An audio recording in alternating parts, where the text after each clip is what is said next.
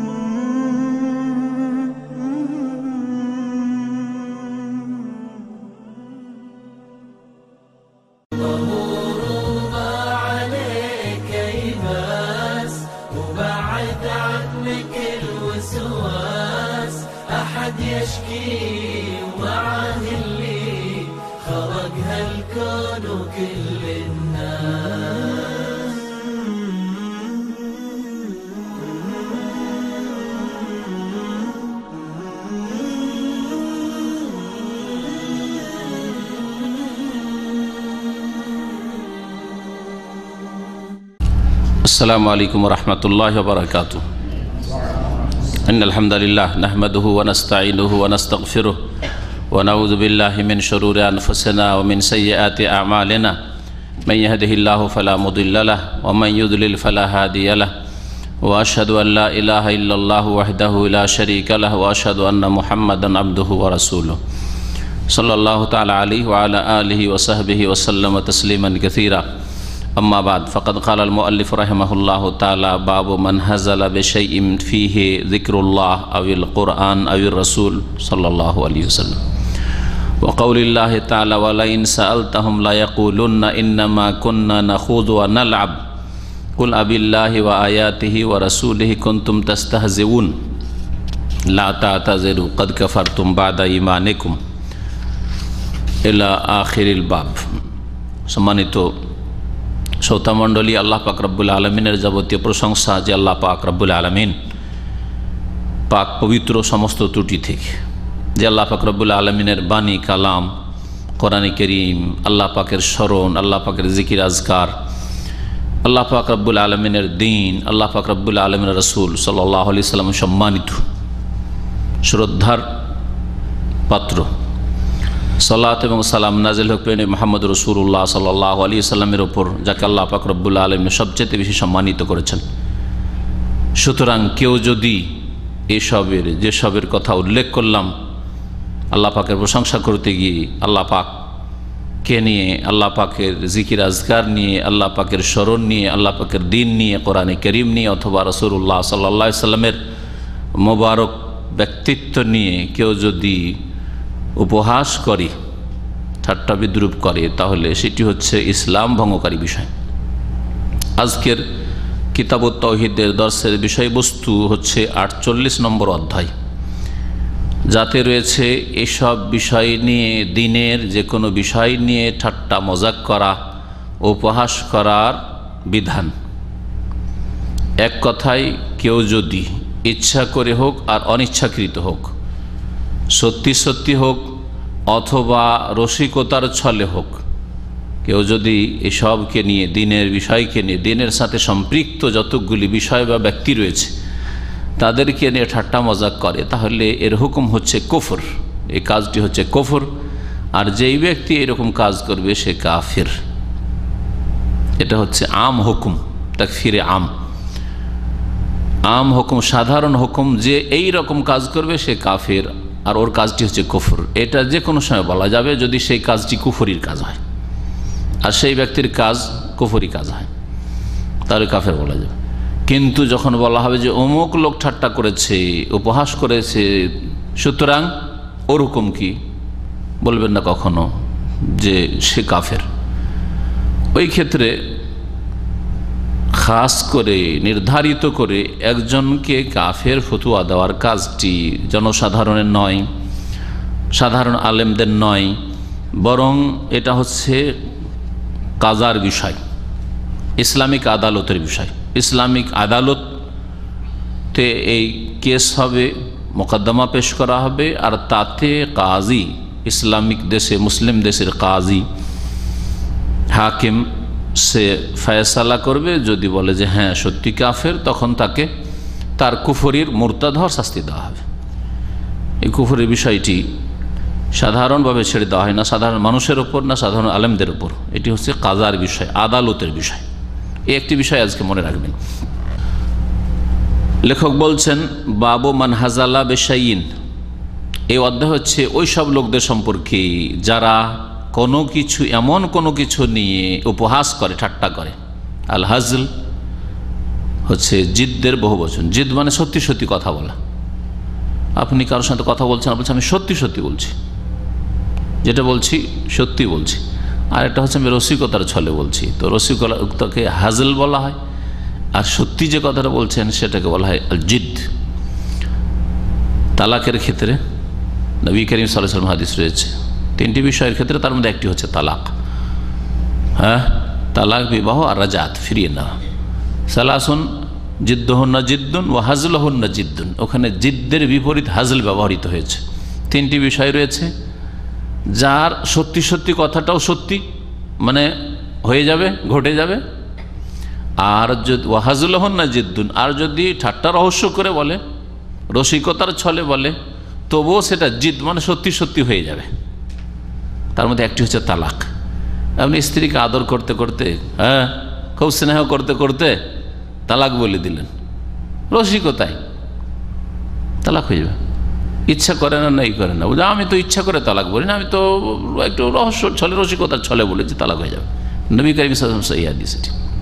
ওখানে হাজল আর জিদ পরস্পর বিরোধী, বিপরীত শব্দ ব্যবহৃত হয়েছে। এখানে হাজল শব্দটি ব্যবহার করেছে লেখক। কেউ যদি উপহাস করে, ঠাট্টা করে বেশাইন এমন কিছু নিয়ে, ফিহে যাতে রয়েছে জিক্রুল্লাহ, আল্লাহ পাকের স্মরণ, আল্লাহর নাম হোক, আল্লাহ পাকের সিফাত গুণাবলী হোক, আল্লাহর একটি নাম তাকে শুনতে একটু মানে প্রথম জীবনে শুনেছে, আর সেটা নিয়ে বারবার কি করছে, ঠাট্টা মজাক করছে, হয়তো কুফর।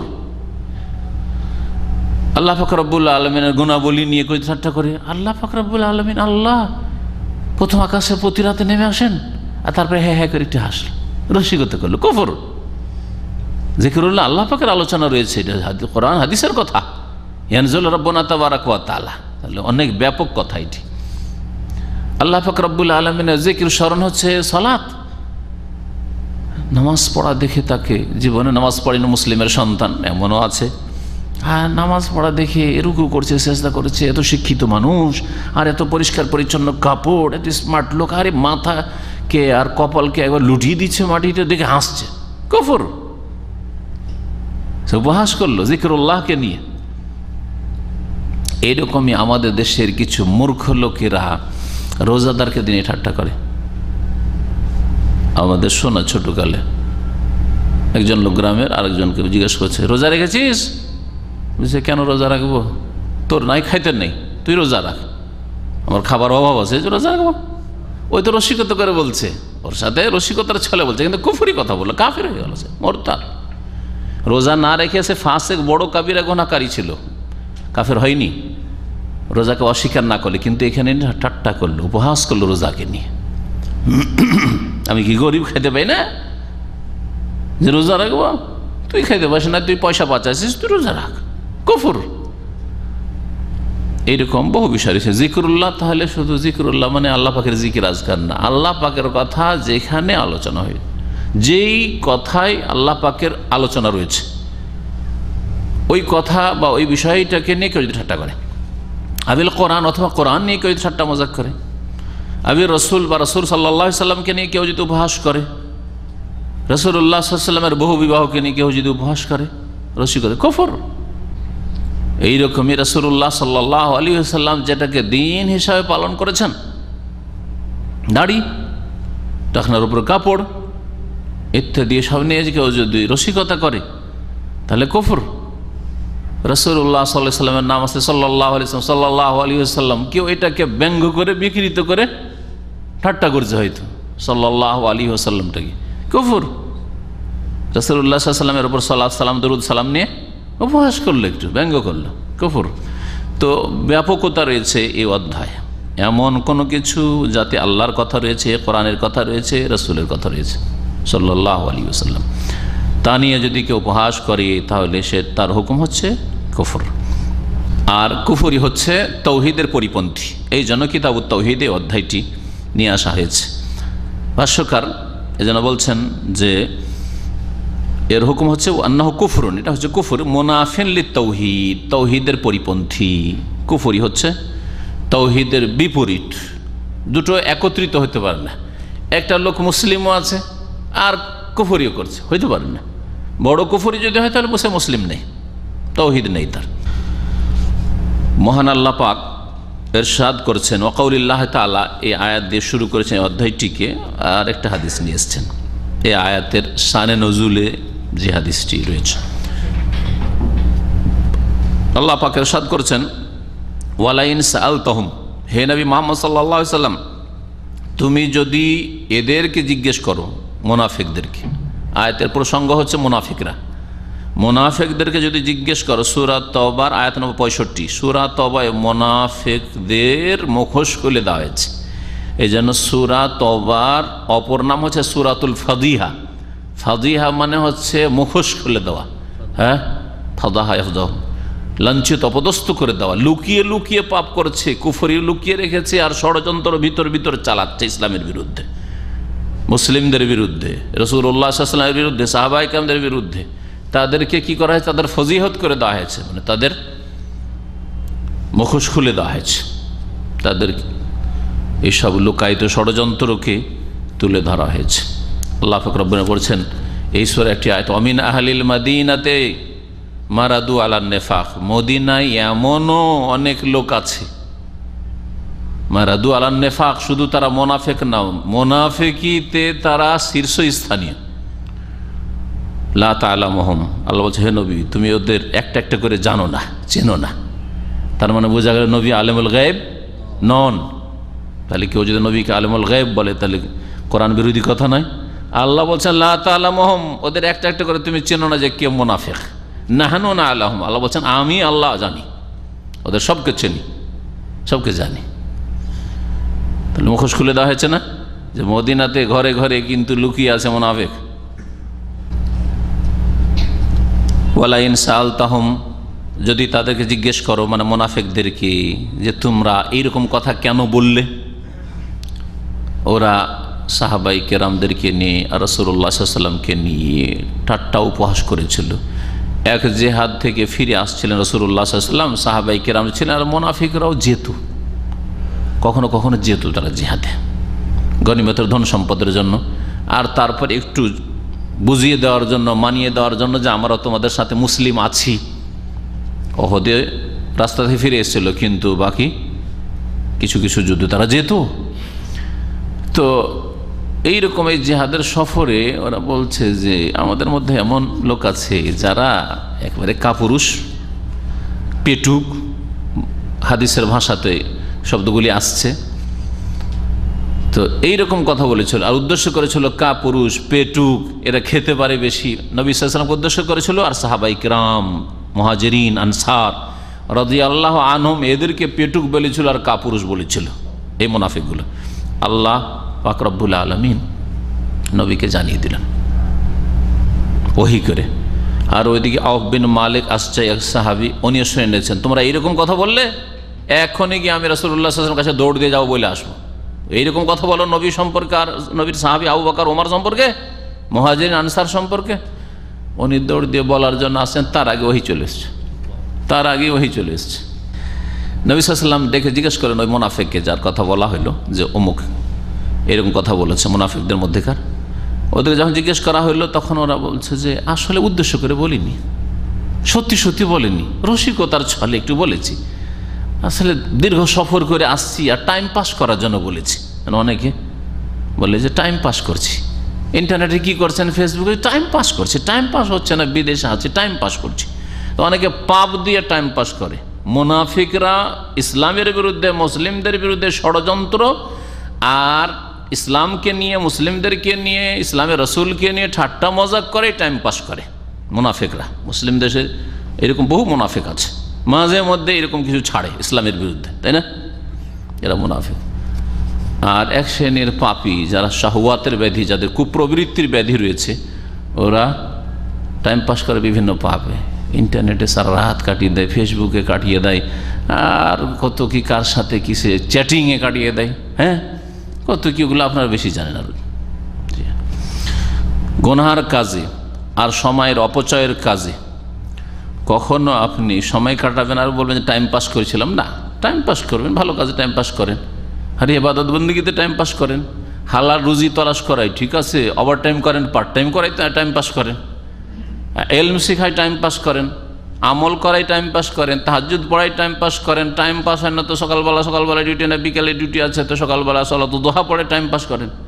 হ্যাঁ, এর আগে যখন জিজ্ঞেস করলেন রাসূলুল্লাহ সাল্লাল্লাহু আলাইহি ওয়াসাল্লাম, আল্লাহ বলছেন তুমি যদি ওদেরকে জিজ্ঞেস করো কি বলবে জানো? লা ইয়াকুলুন্না, অবশ্যই মুনাফিকরা বলবে, ইন্নামা কুন্না নাখুদু ওয়া নালআব, আমরা তো একটু খেল তামাশা করছিলাম, একটু খেলাধুলার ছলে আর একটু রসিকতার ছলে বলেছিলাম। আল খৌজ মানে এমনি টাইম পাস করার জন্য কথা বলা, খাজা ফিল হাদিস, আর লাইবাই আল আউ মানে খেলাধুলা করা। আল্লাহ পাক রব্বুল আলামিন পরের অংশ আয়াতের তাতে বলছেন, কুল হে নবী, ওরা যখন এইরকম বলবে তুমি তাদেরকে বলে দাও, আবিল্লাহে ওয়া আয়াতিহি ওয়া রাসূলি কুনতুম তাস্তাহজিউন, কি তোমরা আল্লাহর সাথে আর আল্লাহ পাকের আয়াতের সাথে, কোরআনে কারীমের আয়াতসমূহের সাথে, ওয়া রাসূলিহি আর আল্লাহ পাকের রাসূলের সাথে কুনতুম তাস্তাহজিউন ঠাট্টা উপহাস করছো? আরে সাহাবায়ে কেরামদের নিয়ে ঠাট্টা মজাক করো, রাসূলকে নিয়ে তোমরা উপহাস করো। তারা ঠাট্টা মজাক কিন্তু আল্লাহর সাথে করেনি, কোরআনের আয়াতের সাথে করে নাই, হ্যাঁ, রাসূল সাল্লাল্লাহু আলাইহি ওয়াসাল্লাম এবং সাহাবায়ে কেরামদের সাথে করেছে। কিন্তু আল্লাহ বললেন যে তোমরা আল্লাহর সাথে ঠাট্টা করো, আল্লাহর আয়াতের সাথে, আল্লাহ পাকের রাসূলের সাথে।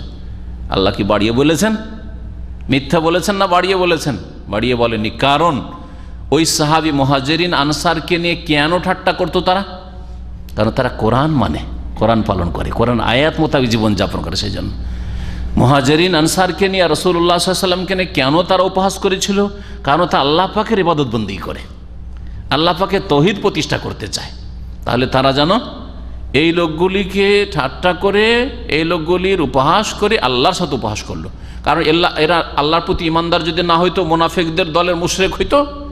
এরা যদি কোরআনের প্রতি ইমানদার না হইতো, হ্যাঁ, কোরআনে কারীমের আয়াত আর সূরাতের উপর আমল করা লোক না হইতো, তাহলে এদেরকে নিয়ে ঠাট্টা করতো না, ঠিক কিনা বলেন? আমাকে আমার দাড়ির জন্য যদি ঠাট্টা করে, তো এটা আমার ব্যক্তির জন্য ঠাট্টা করছে, আমার ইসলামের জন্য ঠাট্টা করছে, তাহলে ইসলামকে নিয়ে ঠাট্টা করলো। হ্যাঁ, আমার পোশাককে নিয়ে যদি ঠাট্টা করে, তাহলে আমার ব্যক্তি নিয়ে ঠাট্টা করে না। কি জন্য? আমি ইসলামী পোশাক টাকনার ওপরে কাপড় পরি, সেই জন্য। সন্ত্রাসী বলা, কট্টরপন্থী বলা, চরমপন্থী বলা, হ্যাঁ, বা অসভ্য বলা, মৌলবাদী বলা, সবগুলি এগুলি হচ্ছে কি ঈমান ভঙ্গকারীর অন্তর্ভুক্ত। আল্লাহ পাক রব্বুল আলামিন তার পরের আয়াতে, আয়াত নম্বর ৬৬-তে বলছেন, লা তা'তাযিরু, তোমরা কোনো ওজর পেশ করিও না। ওজর পেশ করার জন্য এসেছিল, হাদিস আসছে। আল্লাহ বলছেন যে হে নবী ওদেরকে বলে, লা তা'তাযিরু, কোনো ওজর চলবে না তোমাদের, কোনো অজুহাত শোনা হবে না, বাহানা শোনা হবে না যে আসলে এই জন্য করেছিলাম, সেই জন্য করেছিলাম, ভুল করেছি, না, ওই সব শোনা হবে না। লা তা'তাযিরু কাদ কাফারতুম বাদা ঈমানিকুম, তোমরা মুমিন মুসলিম হওয়ার পরে, তোমাদের ঈমানের পরে কি করেছো? কুফরি করেছো, কাফের হয়ে গেছো। আল্লাহ পাক রব্বুল তাদের মৌখিক কালেমার উচ্চারণকে, শাহাদাকে ঈমানে আখ্যায়িত করেছেন। বাহ্যিক তোমরা ঈমান নিয়ে এসেছিলে, কিন্তু এই উপহাসের কারণে কি হয়ে গেছো? কাফের হয়ে গেছো। কাদ কাফারতুম বাদা ঈমানিকুম। এইরকমই মুসলিম পরিবারে জন্ম নেওয়ার কারণে তোমরা মুসলিম ছিলে, হ্যাঁ, মুমিন ছিলে জন্মসূত্রে, কিন্তু যদি ঈমান ভঙ্গকারী, ইসলাম ভঙ্গকারী কোনো কাজ কথা করে থাকো, বলে থাকো, তাহলে লা তা'তাযিরু, কোনো ওজর চলবে না। হ্যাঁ, হজ বলেও হজ হচ্ছে অপচয়, কুরবানি হচ্ছে অপচয়। লা তা'তাযিরু, কোনো ওজর চলবে না এসব। কাদ কাফারতুম বাদা ঈমানিকুম, তোমাদের ঈমান ইসলামের পরে কাফের হয়ে গেছো, মুরতাদ হয়ে গেছো, কুফরি করেছো। এই আয়াত থেকে যেসব মাসাইলগুলি জানতে পারলাম, তার একটি হচ্ছে, ভাষ্যকার বলছেন, আন্নাল ইস্তেহজা বিল্লাহি ওয়া আয়াতিহি। ভাষ্যকার কে? কিতাবের ভাষ্যকার কে বলতে পারেন? আল্লামা সালেহুল ফৌজান হাফিজাহুল্লাহ তাআলা, সৌদি আরবের বর্তমান সবচেয়ে বড় আলেম বলা যেতে পারে। কারণ শেখ ইবনে বাজ রহমতুল্লাহ ইন্তেকাল করেছেন, তারপরে শেখ ইবনে উসাইমিন ছিলেন, তিনিও ইন্তেকাল করেছেন। আরেকজন বড় আলেম ছিলেন শেখ আব্দুল জবরিন, তিনিও ইন্তেকাল করেছেন। এখন বড় আলেম বলা যেতে পারে আল্লামা সালেহুল ফৌজান হাফিজাহুল্লাহকে। তিনি বলছেন যে এই আয়াত থেকে যা জানা গেল তার একটি হচ্ছে আন্নাল ইস্তেহজা বিল্লাহ, আল্লাহকে নিয়ে উপহাস করা, ওয়ায়াতিহি, আল্লাহ পাকের আয়াত, কোনো একটি কোরআন আয়াতকে নিয়ে, কোনো একটি আয়াতের মাসলা বিষয়কে নিয়ে, তার মধ্যে একটা হেজাব, পর্দা, দিনের যে কোনো বিষয় হোক না কেন, কোরআনে কারীমে বহু বিধিবিধান রয়েছে, আর বহু আকীদার বিষয় রয়েছে, বহু ঘটনাবলী, কিসাস রয়েছে, যে কোনো কিছুকে নিয়ে কেউ যদি উপহাস করে, ওয়া রাসূলিহি, আর তার রাসূলকে নিয়ে ঠাট্টা উপহাস করা, কুফরুন, এটা হচ্ছে কুফরি, ইউনাফি তৌহিদ, যা তৌহিদ বিরোধী, তৌহিদ পরিপন্থী। 2 নম্বর বিষয় হচ্ছে যা আয়াত থেকে জানতে পারলাম, আন্না মান ফাআলাল, কেউ যদি কুফরি কাজ করে ফেলে, যেমন যে ঠাট্টা করলো আল্লাহর দিনকে নিয়ে, হ্যাঁ, আল্লাহ পাককে নিয়ে অথবা আল্লাহ পাকের আয়াত নিয়ে, আল্লাহ পাকের রসুলকে নিয়ে কুফরি কাজ করলো, ওয়াদ্দা আন্নাহু লাম ইয়ালাম আন্নাহু কুফর, আর যদি সে যদি এই দাবি পেশ করে যে আমি তো জানতাম না যে এটা কুফরি, আমরা তো একটু রসিকতার ছলে বলেছি, যেমন মুনাফিক এসে বলেছিল যে ইয়া রাসূলুল্লাহ এই লম্বা সফর, দূর থেকে আসছি মদিনার উদ্দেশ্যে, আর টাইম পাস হয় না, টাইম পাস করার জন্য একটু সাথী সঙ্গীদের সাথে আমরা একটু খেলতামাশার ছলে বলেছি, আমরা জানতাম না যে এত বড় অপরাধ আর কুফরি হয়ে যাবে। যদিও সে দাবি করে যে আন্নাহু লা ইয়ালাম আন্নাহু কুফরুন, যে এটা কুফরি, আমরা তো এত বড় অপরাধ জানতাম না, লা ইউজারু বিযালিক, এই ওজর গ্রহণযোগ্য নয়। তার মানে যাও তুমি মুসলিম না, মুরতাদ হওয়ার কাজ করেছে, কুফরি কাজ করেছে, ওর সামনে এখনো তওবার রাস্তা খোলা আছে। একদল বলছেন মুরতাদের সামনে তওবার রাস্তা বন্ধ, আর না, সরকারের কাছে খবর পৌঁছে গেলে ওকে শাস্তি দেবে। আর এক দল বলছেন না, তওবার তাকে সুযোগ দেওয়া হবে, তওবার জন্য আহ্বান করা হবে, যদি তওবা করে নাই তাহলে তার তওবা গ্রহণ করা যেতে পারে, দুনিয়ার শাস্তি তার থেকে সরানোর ক্ষেত্রে, আর আখিরাতের ক্ষেত্রে আল্লাহ পাক তার অন্তর জামি, আল্লাহ পাক রব্বুল আলামিন তওবা কবুল করবেন। 3 নম্বর যা জানা যায়, ওজুব ও তাজিম জিকিরিল্লাহ, আল্লাহ পাকের স্মরণ, আল্লাহ পাকের কি ওয়া কিতাবে, আল্লাহ পাকের কিতাব, আল্লাহ পাকের রসুল, এসব বিষয়ের তাজিম করা ফরজ, শ্রদ্ধা সম্মান করা ফরজ। সামান্য যেন তাজিমে অবমাননা না আসে।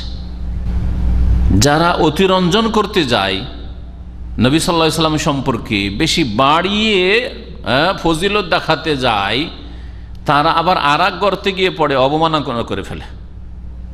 এই বিষয়টা জানেন না? জানেন না? নবী করিম সাল্লাল্লাহু আলাইহি ওয়াসাল্লামকে যদি কেউ বলে আলেমুল গায়ব, সব গায়ব জানতেন, সব কিছুর ক্ষমতা, জানার ক্ষমতা ছিল, নবী সাল্লাল্লাহু আলাইহি ওয়াসাল্লাম হাজির নাজির, নবী সাল্লাল্লাহু আলাইহি ওয়াসাল্লাম সব জায়গায় হাজির থাকতেন আর সব কিছু দেখতে পেতেন, তো নবী করিম সাল্লাল্লাহু আলাইহি ওয়াসাল্লাম কি তার বিবির হাতটা হারিয়ে গেছে দেখতে পান না? এটা একটা ঘটনা। আর তারপরও সাহাবীদেরকে হয়রান করছেন, তলাশ করো, তলাশ করো, তলাশ করো, আর উটের পেটের তলায় পড়ে আছে, হ্যাঁ, উটটা বসে গেছে হাড়ের ওপর, মানহানি করলো না? তারপরে রাসূলুল্লাহ সাল্লাল্লাহু আলাইহি সাল্লামের পরিবার কে যখন ওই উটের ওপরে যে হাওদাটা থাকে ওইটা যখন উঠানো হইল, হালকা মানুষ আয়েশা রাদিয়াল্লাহু আনহা ছিলেন, সহিহ বুখারীর হাদিস, সবাই ভাবলো যে এর ভিতরে উনি আছেন, আর কয়েকজন মিলে উঠিয়ে উটের পিঠে চাপিয়ে দিয়েছে, ভিতরে মা আয়েশা আছেন, উঠিয়ে দিয়েছে। আসলে মা আয়েশা রাদিয়াল্লাহু আনহা কাজে হাজাতের জন্য, শৌচকার্য পুরা করার জন্য দূরে গিয়েছিলেন একটু, এসে দেখেন কেউ নাই, সব চলে গেছে। নবী সাল্লাল্লাহু আলাইহি ওয়াসাল্লাম চলে যাচ্ছেন মদিনার উদ্দেশ্যে নিজের স্ত্রীকে ছেড়ে। আরে আধা পাগল মুসলিম নাই, অমুসলিমও কেউ নিজের স্ত্রীকে ছেড়ে এরকম চলে আসবে না, আসবে? তাহলে নবী আলেমুল গায়ব যদি হন, নবী যদি হাজির নাজির হন, হাজির মানে সব জায়গায় হাজির, নবীর বিবি যেখানে বাথরুম করছেন ওখানেও হাজির, নাজির মানে ওইটাও দেখছেন, হ্যাঁ, নজর আছে ওর ওপর, তারপরে বিবিকে ছেড়ে চলে আসছেন, আর তারপরে বিবির মিথ্যা অপবাদ লেগে যাচ্ছে, আবার বিশ্বাস হয়ে যাচ্ছে যে ঠিকই হইতেও পারে। আর 1 মাস ধরে নিজেও পেরেশান, স্ত্রীও পেরেশান, শ্বশুর শাশুড়ি আবু বকর আর তার সবাই পেরেশান, কি খেলতামাশা করছেন নাকি? তাহলে নবী করিম সাল্লাল্লাহু আলাইহি সাল্লামকে নিয়ে বাড়াবাড়ি করলে আর এক অবমাননা তৌহিন হয়ে থাকে, এটাও তাজিমের খেলাফ। এজন্য যার যেখানে মর্যাদা আছে, হ্যাঁ, সেখানে রাখা হচ্ছে তার জন্য শ্রদ্ধা পোষণ করা, সম্মান ইজ্জত করা। আর আমাকে যদি বলেন মন্ত্রী সাহেব, হ্যাঁ, তাহলে কি হবে? হ্যাঁ, রাষ্ট্রপতি সাহেব, তো কি হবে বলেন? আরে মজাক করা হবে না, অপমান করা হবে না? তার বোঝা গেল নিচেও যদি নামান সেটাও অপমান, আর ওপরে যদি চড়ান সেটাও অপমান। এবার বুঝতে পেরেছেন তা? জি হ্যাঁ। তো বিদাতিরা এই কাজটা করেছে। নবী করিম সাল্লাল্লাহু আলাইহি ওয়াসাল্লামকে বাড়িয়ে নবী মাটির পয়দাই নয়, নবী মানুষই না, নবী নূরের পয়দা, আর নবী আলমুল গায়েব, নবী হাজির নাজির, নবী সব কিছুই দিতে পারেন। আর যেই লোক দিতে পারেন সে নিজের একটা ছেলে সন্তান রাখতে পারেন না? যেই লোক দিতে পারেন, সব কিছুর ক্ষমতা রাখেন, নিজের নাতি হোসেন রাদিয়াল্লাহু তাআলা আনহুকে রক্ষাই করতে পারলেন না?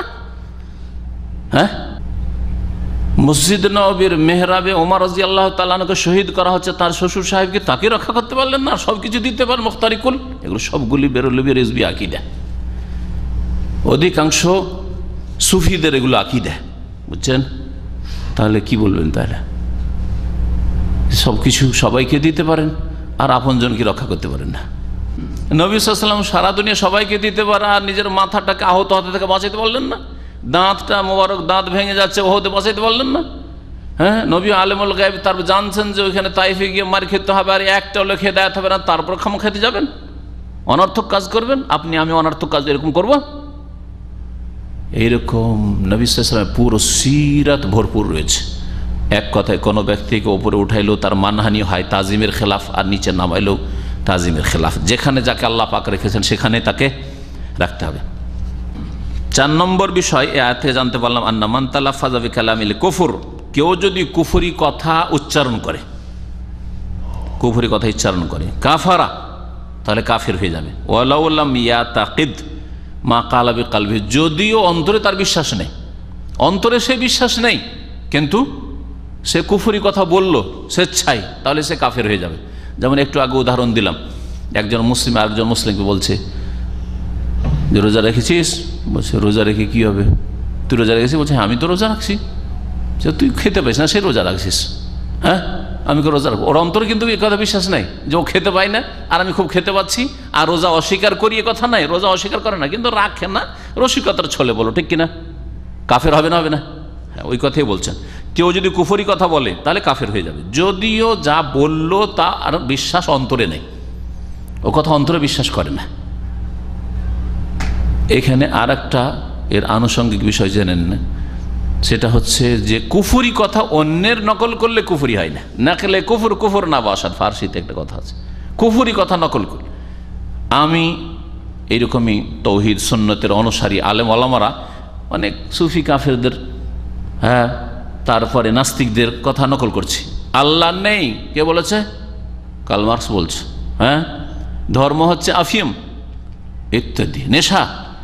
তো এই যে কুফরি কথা নকল করলাম, এটা কুফরি নয় আমার জন্য, কারণ উদ্ধৃতি নকল করলাম যে অমুক এই কথা বলেছে। ওই রকমই এক শ্রেণীর লোকেরা এরকম বলে, ইমান ভঙ্গকারী বিষয় বলে, শিরকি কথা বলে, তো তাতে আমার শিরক হয় না, আমার কুফরি হয় না।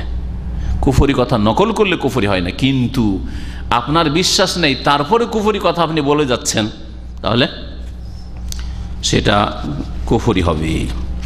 কারণ দলিল কিভাবে? এই আয়াতে ওই মুনাফিককে যখন জিজ্ঞাসা করা হলো, তখন মুনাফিক কি বলেছিল? যে ইয়া রাসূলুল্লাহ, আমি তো অন্তর থেকে বলিনি, অন্তর থেকে তো আর পেটুক বলিনি আপনার সাথী সঙ্গীদেরকে আর আপনাদেরকে, আর অন্তর থেকে তো কাপুরুষ বলিনি, হ্যাঁ, বিশ্বাস করে বলিনি, কিন্তু এটা কি করেছিলাম? একটু টাইম পাস করার জন্য আর রসিকতার ছলে সাথী সঙ্গীদের সাথে কথাবার্তায় বলে ফেলেছি, অন্তর থেকে বিশ্বাস করে বলিনি কথা বলেছে। তারপর ওজর কবুল করা হয়েছে, লা তাতাজির, ওজর চলবে না, কাদ কাফারতুম বাদা ঈমানিকুম, ঈমানের পরে কাফের হয়ে গেছে। আন ইবনে ওমর ওয়া মুহাম্মদ ইবনে কাবিন ওয়া যায়েদ বিন আসলাম ওয়া কাতাদা দাখালা হাদিস বাযহিম ফি বায, বলছেন যে আব্দুল্লাহ বিন ওমর আর মুহাম্মদ বিন কাব আর যায়েদ বিন আসলাম আর কাতাদা, এই কয়েকজন, ইবনে ওমর ইনি সাহাবী, আব্দুল্লাহ বিন ওমর ইবনে খাত্তাব রাদিয়াল্লাহু আনহুমা সাহাবী, প্রখ্যাত সাহাবী, আর মুহাম্মদ বিন কাব বিন সুলাইম আল কোরাজি আল মাদানী তিনি তাবেই, 120 হিজরি তার ইন্তেকাল, তাবেই।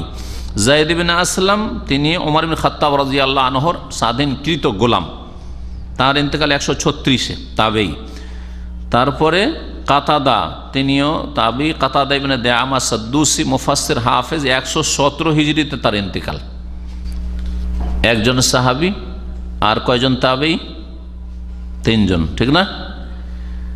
এই হাদিসটা একটা লম্বা হাদিস, কিন্তু একজনের সবগুলি বর্ণনা করেন নাই, কিছু একজন কিছু, আরেকজন কিছু, আরেকজন কিছু, একজন, সবগুলির কথা মিলিয়ে জুলিয়ে পুরো ঘটনাটা পারফেক্ট হয়েছে, হ্যাঁ, সম্পূর্ণ হয়েছে, একসাথে এখানে বয়ান করা হয়েছে, যাতে করে ঘটনাটা সম্পূর্ণভাবে একসাথে পেশ করা সম্ভব হয়। এই জন্য বলছেন দাখালা হাদিস ও বাযহিম ফি বায, তাদের একের হাদিস আর একজনের হাদিসে প্রবেশ করেছে, মানে একজনের হাদিসে কিছু আছে, আরেকজনের হাদিসে কিছু বর্ণিত আছে, আরেকজনের হাদিসে কিছু আছে, সবগুলিকে একসাথে মিক্স করে মিলিয়ে বর্ণনা করা হয়েছে। আন্নাহু ক্বালা রাজুলুন ফি গাযওয়াতি তাবুক, তাবুক যুদ্ধে একজন মুনাফিক বলেছিল। এখন আয়াতের তাফসীর শুনেন, যার দিকে ইঙ্গিত তখন করছিলাম। হ্যাঁ, ওই মুনাফিক কি বলেছিল? মা রাআইনা মিসলা কুরআইনা হাউলায়, আমি আমাদের এই কারি ওলামা আর হাফেজদের মতো আর কাউকে দেখিনি। কারির জামা হচ্ছে কুরআ।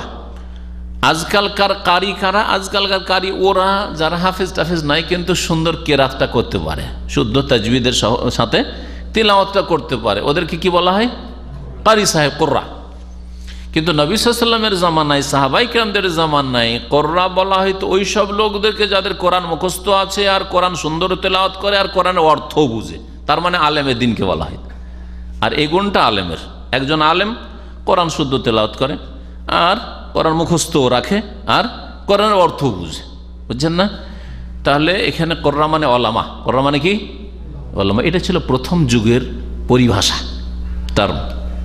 ধীরে ধীরে 3 ভাগে ভাগ করেছে, ওলামা, আলেমের জামা ওলামা, আর কারি জামা কোরআ, আর হাফেজের জামা হুফাজ। হাফেজ আলাদা করে শুধু মুখস্থ, শুধু কারি কোরআ, হ্যাঁ, কারি, আর আলেম ওলামা। হ্যাঁ, সাহাবায়ে কেরামদের জামানায়। তাহলে এর দ্বারা বোঝা গেল যে শুধু সুন্দর কেরাত করে ওই ফায়দা নেই, অর্থ বুঝতে হবে। হ্যাঁ, শুধু শুধু কোরআনের হাফেজ হয়ে ফায়দা নেই। সাহাবায়ে কেরামরা এরকম কেউ হইতেন না। একজন সাহাবী দেখাইতে পারবেন না যে কোরআনের হাফেজ অর্থ বুঝেন না, কোরআনের ভালো কারি অর্থ বুঝেন না, একটা কোনো সাহাবী দেখাইতে পারবেন না। কারণ তাদের মাতৃভাষায় কোরআনে কারীম নাজিল হয়েছে, আর একটা শব্দ না বুঝতে পারলে নবী করিম সাল্লাল্লাহু আলাইহি ওয়াসাল্লামকে তারা সাথে সাথে জিজ্ঞেস করতেন এর মানে কি বলতে চাইছেন আল্লাহ এখানে। আর অজ্ঞতার সাথে মুখস্থ করা, অজ্ঞতার সাথে সুন্দর সুন্দর সূরা তেলাওয়াত করা, এটা তাদের আদর্শ ছিল না। এই জন্যই বললাম যে আপনারা ছেলে মেয়েদেরকে দিন শিখাবেন, আমার ছেলেকে আমার আন্তরিক ইচ্ছা হাফেজে কোরআন করব, কখনো এরকম বলবেন না, হাফেজ আলেম করব, ঠিক আছে। আর না হলে যদি হাফেজ আলেম দুটোই সম্ভব না হয়, তো কিছু কোরআন তো অবশ্যই মুখস্থ একজন আলেম হলে আলেমের দিন করব, কোরআন হাদিসের আলেম করব, কারণ অর্থ জানা এটা হচ্ছে আসল উদ্দেশ্য। আল্লাহ কি সম্বোধন করতে চেয়েছেন আল্লাহ পাকের বান্দাদেরকে। এই মুনাফিক কি বলেছিল যে আমাদের এই আলেমদের মতো, মানে এই রাসূলুল্লাহ সাল্লাল্লাহু আলাইহি ওয়াসাল্লাম মুহাম্মদ আর তার সাথী সঙ্গীদের মতো আর কোনো লোককে দেখিনি। আর গাবা বতুনান, পেট পূজার ক্ষেত্রে অত্যন্ত উদ্গ্রীব, পেট পূজায় অত্যন্ত আগ্রহী, মানে খেতে পেলে একেবারে হাজির। কত বড় ঠাট্টা, মজাক। ওয়ালা আকজাবা আলসোনান, ভাষার দিক থেকে বড়ই মিথ্যুক, এইরকম মিথ্যুক আর দেখিনি। তার মানে চরম মিথ্যাবাদী এরা। নবী সাল্লাল্লাহু আলাইহি ওয়াসাল্লাম, সাহাবায়ে কেরাম কত বড় মুনাফিক, তাই না? 3 নম্বর, ওয়ালা আজবানা ইনদাল লিকা, আর যখন শত্রুর মুখোমুখি কোথাও যুদ্ধ হয় তখন এদের চাইতে বেশি কাপুরুষ আর কাউকে দেখিনি। তার মানে মুহাম্মদ সাল্লাল্লাহু আলাইহি সাল্লাম আর তার সাহাবায়ে কেরাম, মুহাজিরিন আনসার, মুনাফিকদের কাছে এরা ছিল কি? পেটুক, মিথ্যুক আর কাপুরুষ। জি হ্যাঁ, এই কথা বলল। ইয়ানি মুনাফিক উদ্দেশ্য করেছিল, ইয়ানি মানে উদ্দেশ্য করেছিল, আনা ইয়ানি উদ্দেশ্য করেছিল কাকে? রাসূলুল্লাহ, আল্লাহ পাকের রাসূল সাল্লাল্লাহু আলাইহি ওয়াসাল্লামকে। ওয়া আসহাবুল কুররা, আর তার সাথী ওলামাদেরকে, ওলামা হুফাজ এদেরকে। ফাকাল আউফ বিন মালিক, তখন আউফ বিন মালিক আসজা বংশের লোক ছিলেন। তিনি প্রথম খাইবারে হাজির হন ইসলাম কবুল করার পরে, আর তার ইন্তেকাল হয় 73 হিজরিতে রাদিয়াল্লাহু আনহু। এই আউফ বিন মালিক শুনে নিয়েছেন, যুবক ছেলে ছিলেন, শুনে নিয়েছেন। ওরা ভেবেছে যে একটা যুবক আছে, ওর সামনে বলে ফেলেছে এরকম কথা, আর জানে না যে এই যুবকের মধ্যে ইমান স্পিড আছে, হ্যাঁ ইমানই গরম আছে, বরদাস্ত করবে না, দৌড় দিবে নবী সাল্লাল্লাহু আলাইহি ওয়াসাল্লামের কাছে, খবর পৌঁছে যাবে। ভাবতেই পারেনি। কাযাব, তাই আউফ বিন মালিক বলছে, এই তুমি মিথ্যা কথা বলছো, ওয়ালাকিন্নাকা মুনাফিক, তুমি এত বড় কথা বললে নবীকে আর নবীর সাহাবাইকে, আবু বকর ওমরকে, এদেরকে বলছো যে এরা হচ্ছে কাপুরুষ, এরা হচ্ছে মিথ্যুক, এরা হচ্ছে পিটুক, এরকম কথা বললে? মিথ্যুক তুমি কেন বললে? এই জন্য যে তুমি ওয়ালাকিন্নাকা মুনাফিক, কারণ তুমি মুনাফিক। লা উখবিরান্না রাসূলুল্লাহ সাল্লাল্লাহু আলাইহি ওয়াসাল্লাম, আমি আল্লাহ পাকের রাসূল সাল্লাল্লাহু আলাইহি ওয়াসাল্লামকে এখনই অবশ্যই খবর দেব, এখনই সংবাদ দেব। তাহলে বোঝা গেল কেউ যদি আল্লাহ দ্রোহিতা করে, আল্লাহ নাফরমানি করে, গুনহার কাজ করে, তাহলে প্রশাসন নিজে যদি বিচার না করার ক্ষমতা রাখি, বিচার করার ক্ষমতা না রাখি, তাহলে প্রশাসন যার মাধ্যমে বিচার হতে পারে তার কাছে খবর পৌঁছানো শরীয়তি তরিকা। সৌদি আরবে আছেন, কোনো এরকম পাপ হচ্ছে কোথাও, নিজে কিছুই করতে পারবেন না, তাহলে সৌদি আরব আলহামদুলিল্লাহ হাইয়া সংস্থা রয়েছে, হাইয়াতুল আমর বিল মারুফ ওয়ান নাহি আনিল মুনকার, তাদের কাছে আপনি সংবাদ দিয়ে দিবেন, সংবাদ দিয়ে দিলেন, অথবা আপনি পুলিশে সংবাদ দিয়ে দিলেন, যে সেটা যদি পুলিশ কেস হয় বা যেই বিষয়ের সেখানে পৌঁছে দিলেন খবর, যেভাবে পারেন আপনি পৌঁছে দিলেন, বা যারা পৌঁছাতে পারে তাদের কাছে পৌঁছে দিলেন খবরটা, তাহলে আপনি দায়িত্বমুক্ত হয়ে গেলেন, আল্লাহর কাছে জবাবদিহি করতে হবে না। আর আপনি বলছেন আমার দেশি লোকেরা তো করছে, নারী ব্যবসা করছে, আমার দেশের লোকেরা তো করছে, একটু মদ ফদ খাচ্ছে, মদ ফদের ব্যবসা করছে, আমার দেশি লোকেরাই তো করছে, আমার কোম্পানির লোকেরাই তো করছে, আর কোনো খবর দেন, কিয়ামতের দিনে আসামি হবেন আপনি। আর এই গীবত, এটা গীবত নয়, হ্যাঁ খবর দেওয়া হইলো যে, বরং চুগলখড়ি, হ্যাঁ দোষও বলা হইলো ওদের মুনাফিকের, আর কি করা হইলো, এক কথা আর এক জায়গার কথা আর এক জায়গায় লাগানো, এটাকে চুগলখড়ি নামিমা বলা হয় না? তাই নামিমাও গীবতের মতো বৈধ রয়েছে। চুগলখড়ি প্রয়োজনে জায়েজ, মুস্তাহাব, আর কখনো কখনো ফরজ, শুধু সবসময় জায়েজ নয়। যেখানে দেখবেন যে এই খবরটা যদি না পৌঁছায় তাহলে এতে ফিতনা হবে, খবর না পৌঁছালে, না জানালে এতে আরো বেড়ে যাবে। শয়তান প্রকৃতির মানুষ, বদচরিত্রের মানুষ, এরা অন্যায় কথা চর্চা করবে, এরা আরো মানুষকে বিভ্রান্ত করছে, তাহলে পৌঁছে দিতে হবে।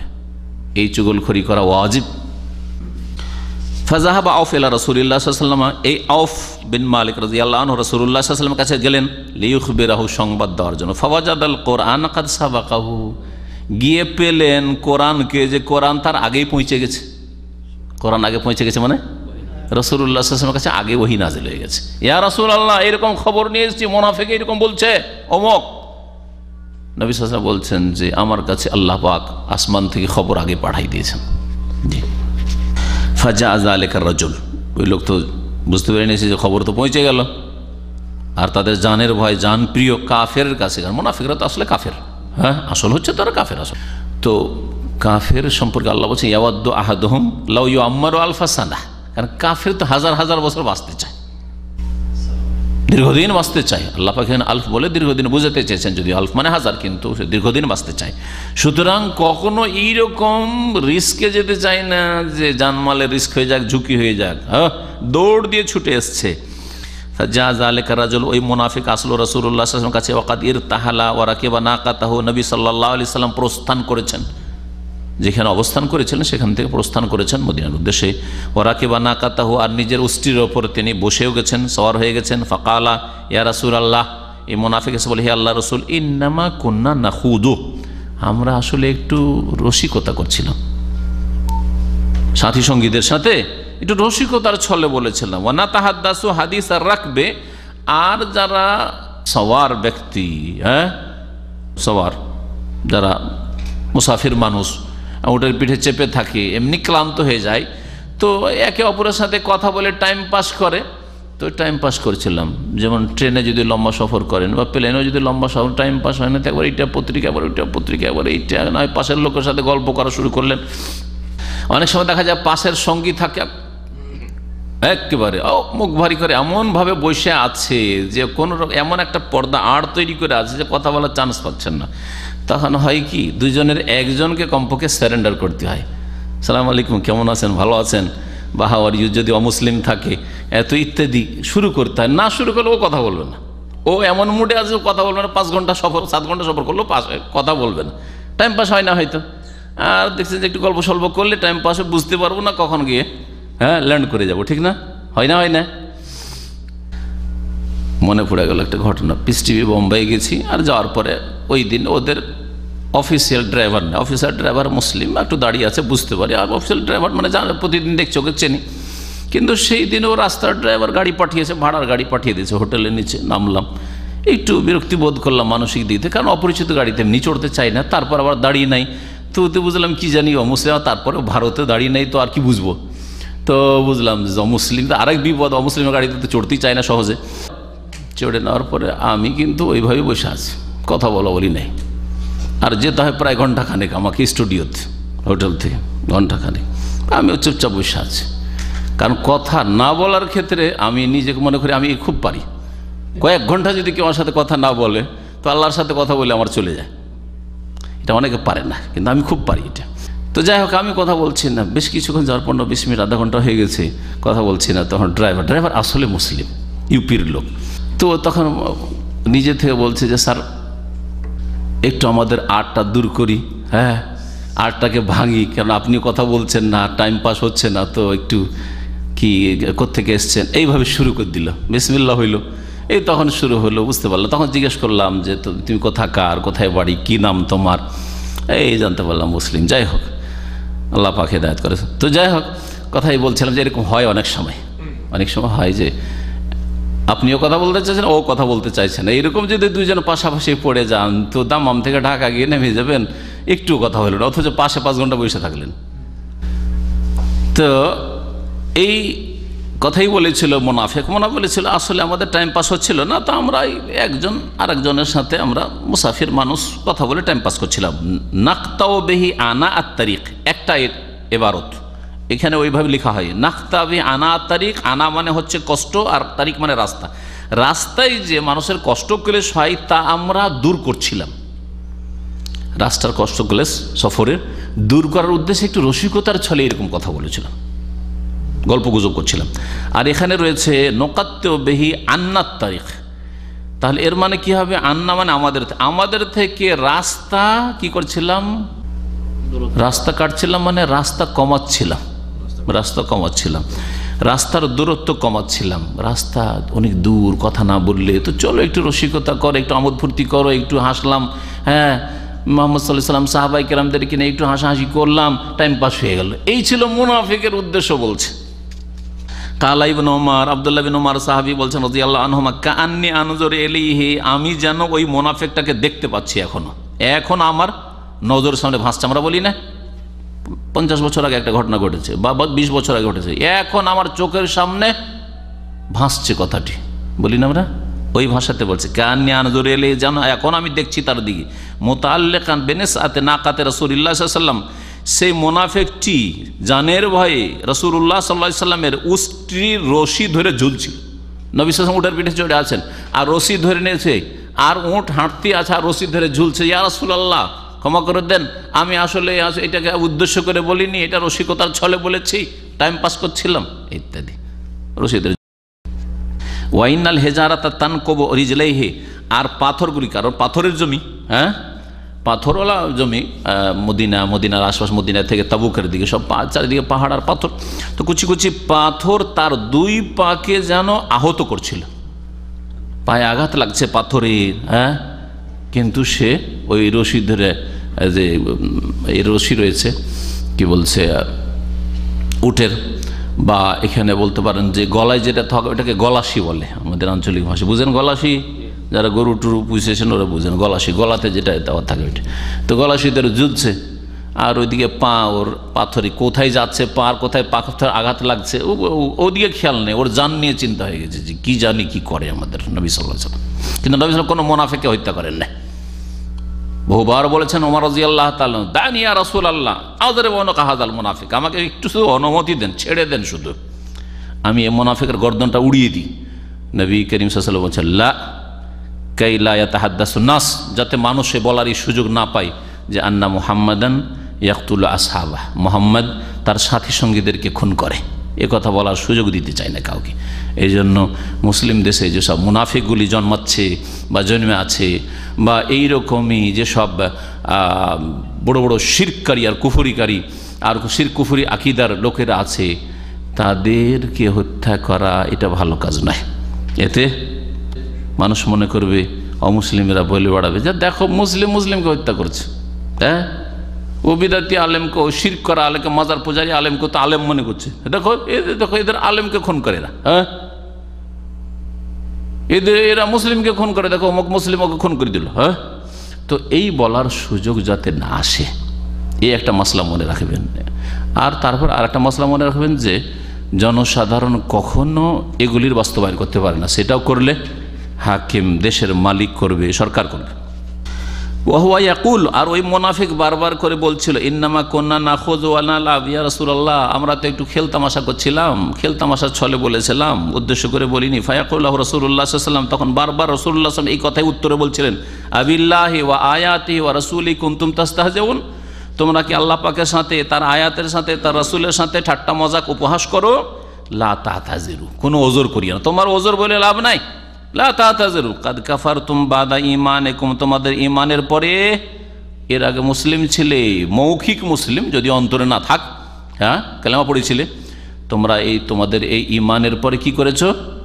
কাফের হয়ে গেছো। সূরা তওবা আয়াত নম্বর 65-66। ওমা ইয়ালতাফিতু ইলাইহি, রাসূলুল্লাহ তার দিকে তাকাচ্ছিলেন না। ওমা ইয়াজিদুহু আলাইহি, আর এর বেশি তার সাথে কোনো কথাও বলছিলেন না। ও বারবার ওজর পেশ করে আর বারবার রাসূলুল্লাহ সাল্লাল্লাহু আলাইহি ওয়াসাল্লাম বলেন, লা তাতাজিরু কাদ কাফারতুম বাদা ঈমানিকুম আবিল্লাহি ওয়া আয়াতিহি ওয়া রাসূলিহি কুনতুম তাস্তাহজিউন, লা তাতাজিরু কাদ কাফারতুম বাদা ঈমানিকুম। সুন্দর হাদিস। এই হাদিস একজন মুসলিম যার অন্তরে মুনাফিকি চরিত্র রয়েছে, অথবা তার দিন সম্পর্কে অজ্ঞতা রয়েছে, আর দিনের কোনো বিষয় নিয়ে, দাড়ি নিয়ে, টাকনার ওপরের কাপড় নিয়ে, অথবা ইসলামিক রূপচেহারা নিয়ে, অথবা হেজাব পর্দা নিয়ে, অথবা নামাজ নিয়ে, অথবা যে কোনো দিনের বিষয় নিয়ে যারা ঠাট্টা মজাক করে, তাদের জন্য এতে আহার রয়েছে। আল্লাহ পাক এর মাধ্যমে ওদেরকে যেন হিদায়াত দান করেন। এই হাদিস থেকে যা জানা গেল, ভাষ্যকারের ভাষায় শুনি, বলছেন আল্লামা সালেহুল ফাউজান হাফিজাহুল্লাহ, বায়ানু মা তানতাওয়ি আলাইহি নুফুসুল মুনাফিকিন মিনাল আদাওয়াতি লিল্লাহি ওয়া রাসূলিহি ওয়াল মুমিনিন। এই হাদিস স্পষ্ট প্রমাণ করে যে মুনাফিকদের অন্তরে কত আল্লাহর শত্রুতা, রাসূলের শত্রুতা আর মুমিন মুসলিমের শত্রুতা ভরা আছে। আল্লাহ এই জন্য এই শ্রেণীর মানুষের সাথে হিংসুক, বিদ্বেষী আর মুনাফিক, এদের সম্পর্কে আল্লাহ বলেছেন যে কাদ বাদাতিল বাগদাউ মিন আফওয়াহিহিম।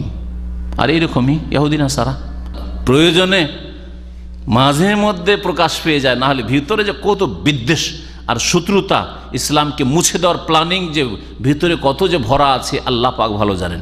আল্লাহ বলছেন কাদ বাদাতিল বাগদাউ মিন আফওয়াহিহিম, তাদের মুখ দিয়ে, তাদের জবানে, ভাষায় কি হয়েছে? শত্রুতা, বিদ্বেষ প্রকাশ পেয়ে গেছে। ওমা তুখফি সুদুরহুম আকবার, আর যেটুকু বেরিয়েছে সেটুকু অল্প স্বল্প, আর তাদের মনে যা লুকায়িত আছে, লুকিয়ে রেখেছে, তা এর চাইতে অনেক বেশি বড়, অনেক বড়, আরও বেশি শত্রুতা এদের মনে ভরা আছে।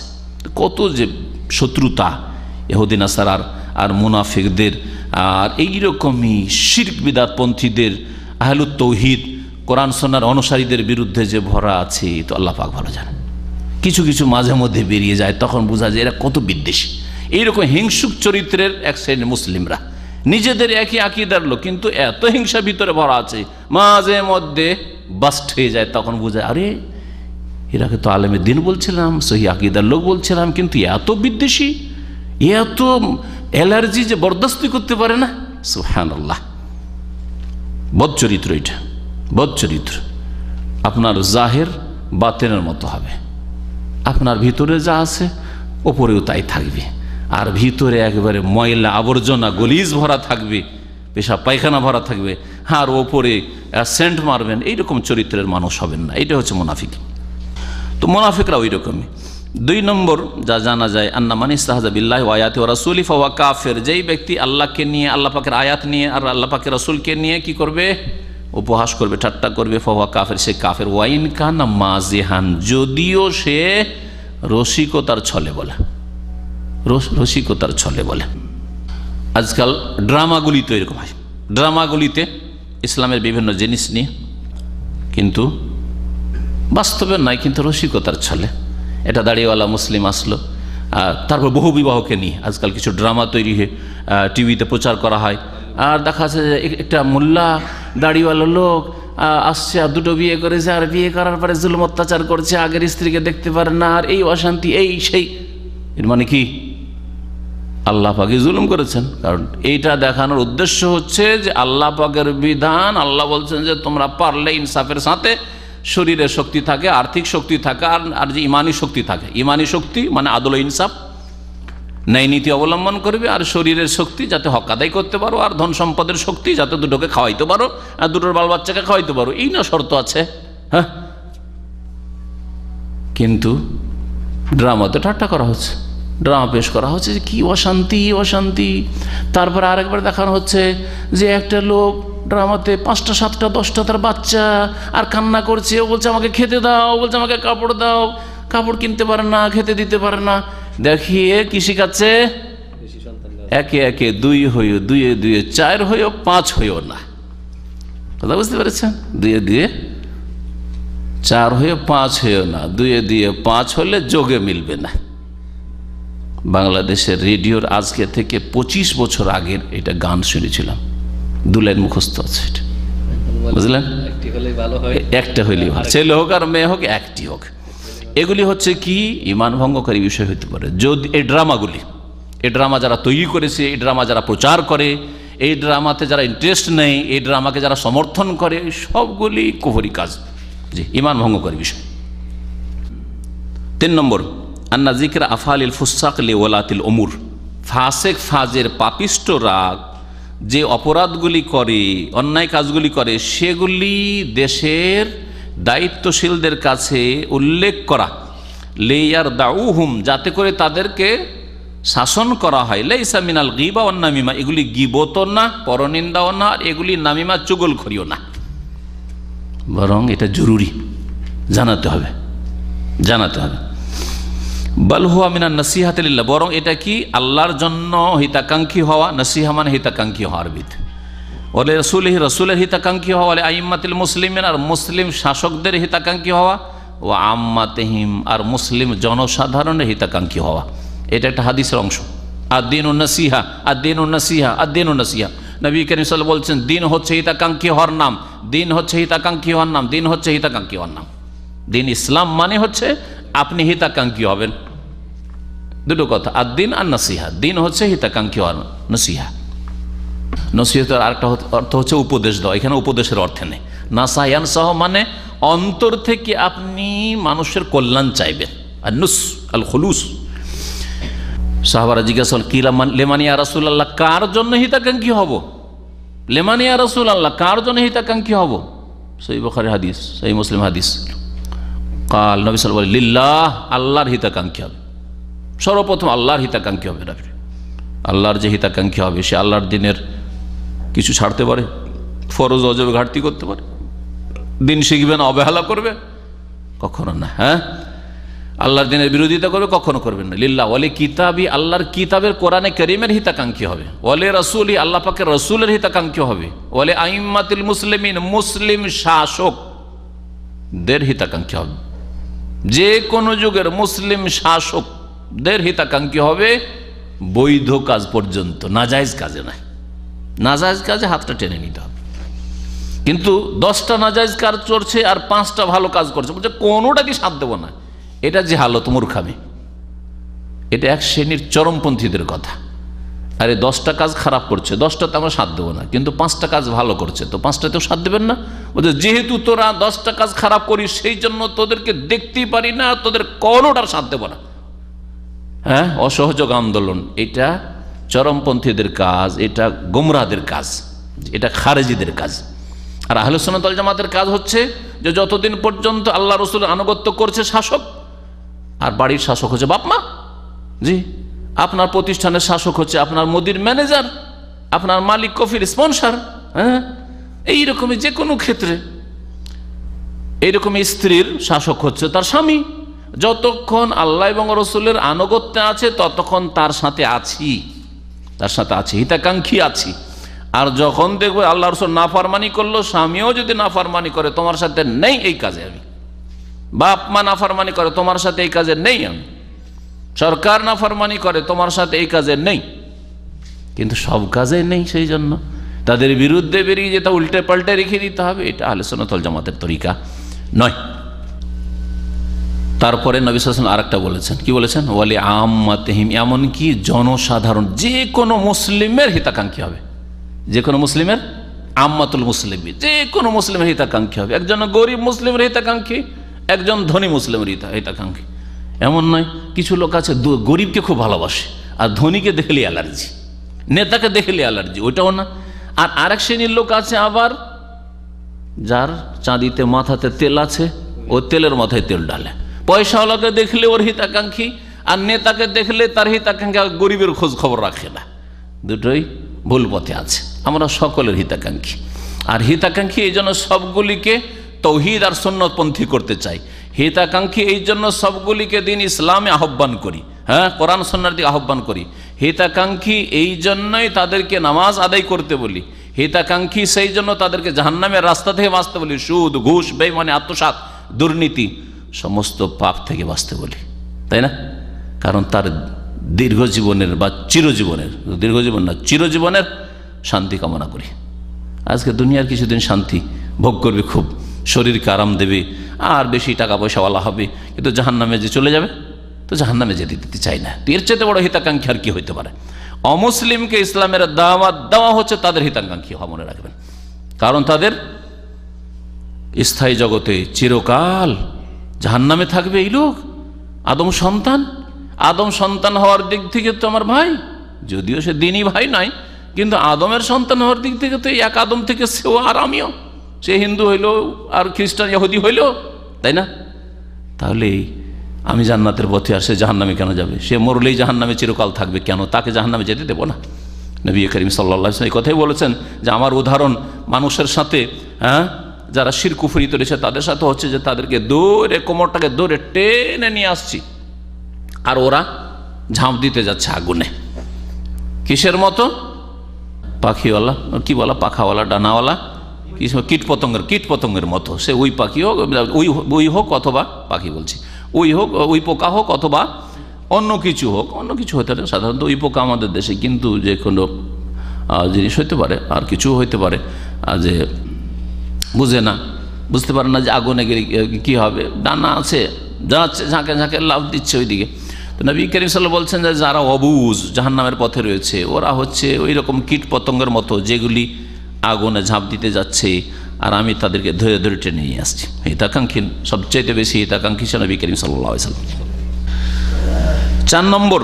4 নম্বর বিষয় হচ্ছে যে আল্লাহ এবং রাসূলের দুশমনদের সাথে কঠোরতা অবলম্বন করতে হবে, নম্রতা নয়। মুহাম্মদুর রাসূলুল্লাহ ওয়াল্লাযীনা মাআহু আশিদ্দাউ আলাল কুফফারি রুহামাউ বাইনা। মুহাম্মদ সাল্লাল্লাহু আলাইহি ওয়াসাল্লাম এবং তার সাথী সঙ্গীরা কেমন আদর্শের? আশিদ্দা আলাল কুফফার, আল্লাহদ্রোহী কাফেরদের ক্ষেত্রে শক্ত, রুহামাউ বাইনা, আর আপোষে যদিও মতবিরোধ থাকে, মাসলা মাসাইল ইখতিলাফ থাকে, আর কিছু বিষয়ে অস্পষ্টতা থাকে, তার সাথে আমার মতে মিলছে না, তার সাথে কথাই মিলছে না, যুক্তিতে মিলছে না, তারপর রোহামা, হ্যাঁ, পরস্পর দয়াশীল হওয়ার চেষ্টা করবে। এর বিপরীত যত কুফরির ফতোয়া সব মুসলিমদের ওপর, হ্যাঁ, বিদাতীদের যত কুফরির ফতোয়া সব মুসলিমদের ওপর, হ্যাঁ, আর ওদেরকে ভুলে গেছে। কেউ যদি সহি নামাজ পড়ে তাতে মাথা খারাপ, আর কেউ যদি নামাজ না পড়ে কোনো ব্যাপার না, হ্যাঁ, কোনো ব্যাপার না। মসজিদের সামনে বসে আছে, একবারও বলবে না যে তুই নামাজ কেন পড়লি না, কিন্তু নামাজ পড়তে এসে যদি অফায়দান করে দেয়, আমিন যদি জোরে বলে দেয়, হ্যাঁ, মোনাজাত যদি ওদের সাথে না ধরে, তাহলে একে রাখা যাবে না, মসজিদে চড়তেই দেওয়া যাবে না, আর মসজিদে আসবেন না, নাহলে হাত পা ভেঙে দেবো, তাই না? করছে না? জি হ্যাঁ, আয়াতকে উল্টে দিয়েছে, আয়াতকে একবার উল্টে দিয়েছে। রাসূলুল্লাহ সাহাবায়ে কেরাম আশিদ্দা আলাল কুফার রহমা বাইনহুম, এরা আশিদ্দা আলাল মুমিনিন আর রহমা আলাল কুফার। আয়াতের বিপরীত আমল চলছে। রাসূলুল্লাহ সাল্লাল্লাহু আলাইহি ওয়াসাল্লাম মুনাফিক বারবার ওযর পেশ করছে, কঠোরতা অবলম্বন করছেন। যেখানে কঠোরতা অবলম্বন করলে সংশোধন হবে সেখানে কঠোরতা অবলম্বন করতে হবে। প্রত্যেক ভুলকারীর সাথে আপনি কঠোরতা অবলম্বন করবে, এটাও শিক্ষা ইসলামের নয়। যদি দেখা যায় যে এর সাথে নম্র ব্যবহারের মাধ্যমে এর সংশোধন হবে তাহলে সেটাই করবেন। আপনি একজন চিকিৎসক, আপনি রুহের চিকিৎসক, আপনি হৃদয় কলবের চিকিৎসক, শরীরের চিকিৎসক ডাক্তার, মাথা থেকে পা পর্যন্ত তার স্টাডি করার পরে কোন ওষুধটা তার জন্য নির্ণয় করতে হবে চিন্তা করে, আর আপনি একটু চিন্তা করবেন না যে এর সাথে শক্ত ব্যবহার করতে হবে না নরম ব্যবহার করতে হবে। অবশ্যই আপনাকে এটা নির্ণয় করতে হবে। 5 নম্বর, ইন্না মিনাল আযারে মা লা ইয়ানবাগি কাবুলাহ। এই হাদিস দ্বারা জানতে পারলাম যে এমনও কিছু ওজর রয়েছে যদি কেউ ওজর পেশ করে তো সেটা কবুল করা, গ্রহণযোগ্য মনে করা উচিত নয়। নবী সাল্লাল্লাহু আলাইহি ওয়াসাল্লাম মুনাফিকের ওজর কবুল করলেন না, অথচ সে ওজর পেশ করছিল। তাহলে বোঝা গেল যে সবসময় ওজর পেশ করলে কবুল করবেন না। যদি দেখা যায় না এ ওজর পেশ করছে জান বাঁচাবার জন্য, বাহানার জন্য, কিন্তু ধোঁকাবাজ আছে, কপট, এর মধ্যে সততা নেই, তাহলে কখনো নেওয়া যাবে না, বারবার ভুল করছে। 6 নম্বর, আল খাউফু মিনান নিফাক। মুনাফিকি থেকে ভয় করতে হবে, কারণ আল্লাহ পাক রব্বুল বললেন এই মুনাফিকদের ঈমান, বললেন যে ঈমান ছিল মানে ইসলাম কবুল করেছিলে, কালিমা পড়েছিলে, কিন্তু তোমার এই কথার জন্য ঈমান গেছে, কাদ কাফারতুম বাদা ঈমানুকুম। তাহলে বোঝা গেল যে আপনার আমার ক্ষেত্রেও সেটা শয়তান করে দিতে পারে, যেন সব সময় মুনাফিকিকে, কপটতাকে, ইসলাম থেকে বক্রপথে চলে যাওয়াকে ভয় করতে হবে। রব্বানা লা তুযিগ কুলুবানা বাদা ইয হাদাইতানা ওয়া হাব লানা মিন লাদুনকা রাহমাতান ইন্নাকা আনতাল ওয়াহ্হাব। ফাইনাল্লাহ সুবহানাহু আসবাতা লিহাওয়ালা ঈমান, কারণ এই মুনাফিকদের আল্লাহ ঈমানকে প্রথম সাবিত করেছেন যে ঈমান ছিল, হ্যাঁ, বাদা ঈমানিকুম বলেছেন, কাবলা আন ইয়াকুলু মা কালু, এই কথা বলার পূর্বে। 7 নম্বর, আন্নাল ইস্তিহজা বিল্লাহি ওয়া বির রাসূল ওয়া বিল কুরআন নাকিজুন মিন নওয়াকিজিল ইসলাম। আল্লাহকে নিয়ে ঠাট্টা মজাক করা, রাসূলকে নিয়ে, কোরআনকে নিয়ে, এগুলো হচ্ছে ইসলাম ভঙ্গকারী বিষয়ের একটি। শাইখুল ইসলাম মুহাম্মদ আব্দুল ওয়াহাব রাহমাতুল্লাহি আলাইহি 10টি প্রসিদ্ধ ইসলাম ভঙ্গকারী বা ঈমান ভঙ্গকারী বিষয় যে উল্লেখ করে তার মধ্যে একটি হচ্ছে আল ইস্তিহজা বিদ্দিন, দিন নিয়ে, আল্লাহকে নিয়ে, আল্লাহর দিনকে নিয়ে, আল্লাহ পাকের রাসূলকে নিয়ে, আল্লাহ পাকের দিনের কোনো হুকুম হাকামকে নিয়ে, কোনো বিষয়কে নিয়ে ঠাট্টা মজাক করা। ওয়ালাউ লাম ইয়াতাকিদ যালিকা বিকলবিহি, যদিও অন্তরে সে কথা বিশ্বাস না থাকে, মনে বিশ্বাস নেই, কিন্তু মুখে যদি কেউ ঠাট্টা মজাক করে, উপহাস করে আল্লাহকে নিয়ে, রাসূলকে নিয়ে, কোরআনে কারীমকে নিয়ে, আল্লাহ পাকের বিধিবিধানকে নিয়ে, তাহলে সেটা ইসলাম ভঙ্গকারী, ঈমান ভঙ্গকারী বিষয় হবে। এখানে আমাদের আজকের দর্শ শেষ হলেও আল্লাহ পাক রব্বুল আলামিন যেন দিন শিখার তৌফিক দান করেন, সহি দিনের প্রতি আমল করার তৌফিক দান করেন, কোরআন সুন্নাহর দিকে আহ্বান করার যেন তৌফিক দান করেন, দিনের ওপর ধৈর্য ধারণে আল্লাহ পাক যেন তৌফিক দান করেন, দুনিয়ার সমস্ত রকমের শার থেকে, অনিষ্ট থেকে, বালা মুসিবত থেকে আমাদের হেফাজত করেন। আল্লাহ পাক রব্বুল আখিরাতে আল্লাহ পাক রব্বুল লাঞ্ছনা থেকে আমাদেরকে হেফাজত করেন। আল্লাহ পাক যেন দুনিয়াতেও সম্মানিত করেন, আখিরাতেও সম্মানিত করেন, জাহান্নামের আযাব থেকে আমাদেরকে মুক্তি দান করেন। আল্লাহ পাক রব্বুল আলামিনের কাছে দোয়া করি যেসব ভাইরা এখানে আজকে হাজির হয়েছেন, যেসব ভাই বোনেরা অনলাইনে আমাদের কথা শুনছেন, আল্লাহ পাক তাদের উপর রহম করেন, তাদের মাতা পিতার উপর রহম করেন, আত্মীয় স্বজনদের উপর আল্লাহ পাক রহম করেন, যারা তাদের মধ্যে গুমরাহ পথভ্রষ্ট তাদেরকে হিদায়াত দান করেন।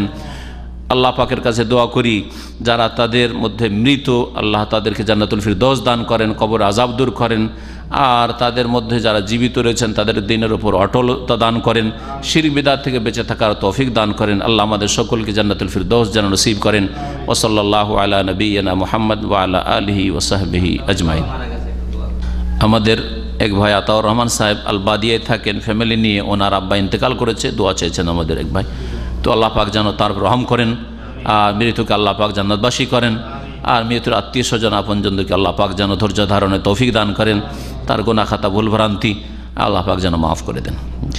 তাবলীগ ইজতেমায় যাওয়াকে জায়েজ, এক ভাই জিজ্ঞেস করেছেন তাবলীগ ইজতেমায় যাবেন কি উদ্দেশ্যে? যদি বলেন যে আমি দিন শিখার উদ্দেশ্যে, সহি দিন শেখানো হয় না, সহি দিন সেখানে শেখানো হয় না, কারণ দিন শিখার উৎস হচ্ছে কোরআন এবং সহি সুন্নাহ, সহি হাদিস, কোরআন এবং সহি হাদিস সেখানে শেখানো হয় না। তাতে শেখানো হয় ফাজাইল আমল, তাতে সহি হাদিস আয়াতের সাথে সাথে জয়ীব জাল কিচ্ছা কাহিনী এসব রয়েছে। আর সেটা একটা সুফি দল জি হ্যাঁ, সুফি বিদআতপন্থী দল। সুতরাং সেই দল কখনো সহি রাস্তা আপনাকে দেখাবে না, সহি রাস্তায় নিয়ে যাবে না। সুফিয়াতের প্রচারের জন্য যেমন মৌলানা ইলিয়াস সাহেব বলেছেন যে আমার আন্তরিক ইচ্ছা যে কর্মপদ্ধতিটা আমার হোক, ভূমিকায় দেখবেন, হ্যাঁ, তাদের তো কর্মপদ্ধতি আমার হোক, আর জ্ঞান এলম কার হোক, আশরাফ আলী থানভী হাকিমুল উম্মতের হোক। তার মানে আশরাফ আলী থানভী সাহেব যে ধর্মীয় মতবাদ পেশ করেছেন, তার যে শিক্ষা রয়েছে, সেই শিক্ষা হচ্ছে হানফিয়াত, তাকলিদ আর সুফিয়াত, সুফিইজম এবং হানফি মযহাবের গোঁড়া একজন মোকাল্লেদ হওয়া। এই দুটো টার্গেট তার শিক্ষার, এই দুটোর বাস্তবায়ন হচ্ছে তাবলীগ জামাতের লক্ষ্য উদ্দেশ্য। সুতরাং সেখানে গিয়ে কখনো আপনি কল্যাণ পাবেন না। এই জন্য আমি মনে করি যে সেখানে যাওয়া কোনো সওয়াবের কাজ নয়, বরং সেখানে গিয়ে অনেকে গুমরাহ হচ্ছে যখন মিথ্যা কিচ্ছা কাহিনী শুনছে, এই কেরামতি আর সেই কেরামতি, আর অনেককে বলতে শুনছে মূর্খ মানুষেরা যে আমরা গরিব মানুষ, আরাফা যেতে পারি না, তো এখানে 3 বার আসলে হজের সওয়াবের আশা রাখি।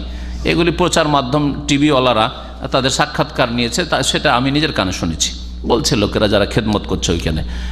তো কথা হচ্ছে যে এই গুমরাহি থেকে বাঁচার জন্য দিন শিখেন, নিজের বাড়ির আশেপাশে কোরআন সুন্নাহর কথা যেখানে শেখানো হচ্ছে দিন শিখেন। জি, আজকাল ইন্টারনেটে সহি দিন কোরআন সুন্নাহ ভিত্তিক শিখার ব্যবস্থা রয়েছে, তাই শিখুন। আর সংশোধনের জন্য আমার মতো লোক দিয়ে গিয়ে ওদের সংশোধন করতে পারবে না, কোনো কথা শুনবে না। কথা বুঝতে পারছেন? কখন এই আশা করি না যে ওখানে গিয়ে আমি তাদের সংশোধন করবো বা ওখানে গিয়ে তাদের ভুল ধরবো। আপনি কি ভুল ধরবেন? গিয়ে যারা ভুল ধরতে পারবে তাদের কথা শুনবে না, তো আপনি কি ভুল ধরবেন? আপনি তাদের কিতাব পড়েন আর কোরআন হাদিসের সাথে মেলান, তাতেই ভুল ধরতে পারবেন বাড়িতে বসে বসে। জি,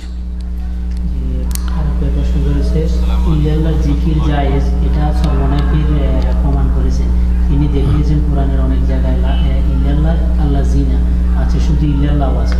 সুতরাং ইল্লাল্লাহ জিকির শুধু ইল্লাল্লাহ কোথায় আছে? লা ইলাহা তারপর ইল্লাল্লাহ আছে, কোনো জায়গায় ইল্লাল্লাহ না। ইল্লাল্লাযিনা মানে ইল্লাল্লাযিনা অন্য কিছু সম্পর্কে বলা হয়েছে। তবে ওই সব লোকেরা আগের যাদের আলোচনা চলছে, ইল্লাহ হচ্ছে ইস্তেসনা, হারফে ইস্তেসনা, তো ইল্লাল্লাযিনা জিকির করেন, ইল্লাল্লাযিনা করেন, ইল্লাল্লাযি করেন। হ্যাঁ, আরবি বোঝার চেষ্টা করেন। আমার যেসব ভাইরা এইসব কথা জিজ্ঞেস করেন তারা মনে হচ্ছে যে আরবির জিরো, দুনিয়ার হিরো আরবির জিরো। মুশকিল এটি আর কি। বুকের নিচে বালিশ রেখে ঘুমানো, পেটের ভরে ঘুমানো, বুকের ভরে পেটের ভরে ঘুমানো জায়েজ নাই। ইন্না হাযিহি জিজাতু আহলিন নার, এটা জাহান্নামীদের শোয়ার তরিকা। জাহান্নামীদেরকে মুখের ভরে ফেলা হবে আর জ্বলতে থাকবে। আর আরেকটি হাদিস রয়েছে, ইন্না হাযিহি জিজাতুন লা ইউহিব্বুহাল্লাহ, আল্লাহ পাক এইরকম শোয়া পছন্দ করেন না, ঘৃণা করেন। সুতরাং পেটের ভরে বুকের ভরে অনেকে শুয়ে থাকেন গা পাড়া দিয়ে এরকম করে, হ্যাঁ, এইভাবে শোয়া ঠিক নয়, মাকরুহ, অপছন্দনীয়, আর স্বাস্থ্যের জন্য চরম ক্ষতিকর, আর মৃত্যুকে ঘনিয়ে নিয়ে আসে। এটা সায়েন্টিফিক কথা। কিছুদিন আগে আমি আরবি একটা এতে পড়লাম, গবেষণায় পড়লাম, যারা বুকের ভরে বেশি বেশি শয় তাদের আয়ু কমে যায়, হার্ট অ্যাটাকের ঝুঁকি খুব বেশি থাকে। জি, সবচাইতে উত্তম শোয়া হচ্ছে যেভাবে নবী সাল্লাল্লাহু আলাইহি ওয়াসাল্লাম শুয়েছেন, ডান দিকে কাত হয়ে শোয়া, আর মাথার তলায় আপনার হাতটা দিয়ে। আর একটা হয়তো বলতে চাইছেন আমাদের প্রশ্নকারী ভাই যে বুকে বালিশ নিয়ে মানে কোল বালিশ নিয়ে। আমি মনে করি কোল বালিশ নিয়ে শোয়াটাও ভালো কাজ নয়, বিশেষ করে অবিবাহিতদের জন্য, কারণ এতে চরিত্রের অবনতি ঘটতে পারে। অথবা বিবাহিত কিন্তু বউ নেই, স্ত্রী সাথে নেই, সব প্রবাসী, আর বালিশ নিয়ে ঘুমাচ্ছেন, আর তখনও ধ্যান আসে যে বালিশই হয়তো আমার বিবি সাহেবা। বুঝতে পারছেন? যার ফলে আমি এই শোয়াটাকে ঘৃণা করি। আমার প্রথম দিকে শ্বশুরবাড়িতে প্রথম যখন নতুন জামাই হয়ে গেছি, তো কোল বালিশ একটা বিষয় থেকেছে, কখনো নেই। কোল বালিশটা একটা ফ্যাশন, খুব বেশি স্পেশাল মেহনত আছে। তারপরে এই বিভিন্ন হোটেলগুলোতে থেকে এলাম, প্রত্যেকটা হোটেলে কোল বালিশ থাকে, কখনো কোল বালিশ ব্যবহার করি না। অথচ আমি সেখানে গিয়ে ব্যাচেলার থাকি, কখনো না। চরিত্রের অবনতি ঘটতে পারে, হয় এরকম আর কি, হতে পারে। জি, শয়তান চান্স নেবে। বড়শি দিয়ে মাছ ধরা আমরা ছিপ বলি, বড়শি বলি শুধু এইটাকে, ওই কাঁটার ইটাকে, আর পুরোটা হচ্ছে ছিপ আমরা বলি আমাদের আঞ্চলিক ভাষা, রাজশাহী, মালদহ এই এলাকার ভাষা। আর অনেকে বড়শি পুরোটা কি বলে। তো এই মাছ ধরা কেন অসুবিধা কি? মাছ ধরতে মাছ আল্লাহ শিকার করতে বলেছেন, যেইভাবে ধরেন অসুবিধা কি? সব রকম করে ধরতে পারেন। হ্যাঁ, ওহিল্লা লাকুম সাইদুল বাহরি ওয়া তাআমু মাতাআল লাকুম ওয়া লিস-সাইয়ারা। আল্লাহ সূরা মাইদাতে হালাল ঘোষণা করেছেন, আর তাও আবার মুহররমের জন্য হালাল আল্লাহ ঘোষণা করছেন। ইহরামের অবস্থায় খুব মাছ খাওয়া আল্লাহ বলছেন। ইহরামের অবস্থায় কিন্তু অন্য শিকার করা যাবে না, পাখি শিকার করা যাবে না, খরগোশ শিকার করা যাবে না, হরিণ শিকার করা যাবে না, কিন্তু মাছ ধরে খান খুব। আমাদের একজন প্রশ্ন করেছে, শাইখ লা ইলাহা ইল্লাল্লাহ মুহাম্মাদুর রাসূলুল্লাহ এই কালেমা নাকি সহিহ হাদিসে পাওয়া যায় না, তাহলে এটা কি ঠিক? তাহলে কিভাবে এই কালেমা পড়া উচিত? কালেমা পড়ার ক্ষেত্রে আপনি পড়লে আশহাদু দিয়ে পড়েন, সবচেয়ে ভালো, ইখতিলাফ মুক্ত হয়ে যান। আশহাদু আল্লা ইলাহা ইল্লাল্লাহ ও আশহাদু আন্না মুহাম্মাদান রাসূলুল্লাহ বা আবদুহু ওয়া রাসূলুহু, দুই রকম পড়তে, রাসূলুল্লাহ বলতে পারেন, আশহাদু আন্না মুহাম্মাদ রাসূলুল্লাহ ওয়া আশহাদু আন্না মুহাম্মাদান আবদুহু ওয়া রাসূলুহু। আসলে এটা আমাদের এই মগজে এই জন্য ঢুকেছে যে কলমা 5 কলেমা। প্রথম কলমা তাইয়্যিব লা ইলাহা ইল্লাল্লাহ মুহাম্মাদুর রাসূলুল্লাহ, দ্বিতীয় কলমা আশহাদু আল্লা ইলাহা ইল্লাল্লাহ ওয়া আশহাদু আন্না মুহাম্মাদান আবদুহু ওয়া রাসূলুহু, তিসরা কলমা তামজিদ, চৌথা কলমা তাওহীদ। এইসব বানানো কথা, এসব কথা বুঝতে পারছেন, যার ফলে এইসব সংশয় এসছে। আর না হলে এইভাবে শাহাদাতের সাথে কালেমাটা পড়েন, তাহলে সংশয় থাকবে না, ইখতিলাফ থাকবে না, দ্বিমত থাকবে না। বাকি লা ইলাহা ইল্লাল্লাহ আর মুহাম্মদুর রাসূলুল্লাহ যদি পাশাপাশি বলা যায় তো জায়েজ না জায়েজ, এই ক্ষেত্রে কিছু লোকেরা বাড়াবাড়ি করে থাকে। আমাদের সৈয়দের ভাইদের এই বাড়াবাড়ি আমি পছন্দ করি না। এমন বাড়াবাড়ি পর্যন্ত যেটা শিরক হয়ে যাবে। আর শিরক কেন হবে? পাগল। লা ইলাহা ইল্লাল্লাহ একটা কালেমা, আর তারপর জুমলা মুস্তানিফা আলাদা কালেমা, মুহাম্মদুর রাসূলুল্লাহ দুটো আলাদা কালেমা। আর এর মানে থোড়া এটা হইলো অল্প বিদ্যা পড়ে বড় বড় ফতোয়া। লা ইলাহা ইল্লাল্লাহ মানে যিনি আল্লাহ উনি মোহাম্মদ, কোথায় এটা বোঝা গেল?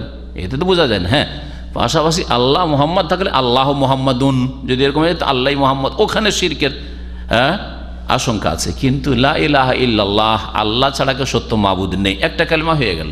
মুহাম্মদুর রাসূলুল্লাহ, মুহাম্মদ আল্লাহ পাকের রাসূল। আর এখানে শাহাদাত কথাটি উজ্জ আছে। আমরা অনেক কথাতে উজ্জ বলি, আরবি তো আছে, বাংলা তো আছে,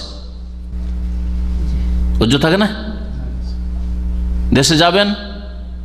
হ্যাঁ যাবো বা যাবো না? দেশে যাও, দেশের কথা তো বললেন না। কোথায় যাবেন তাহলে?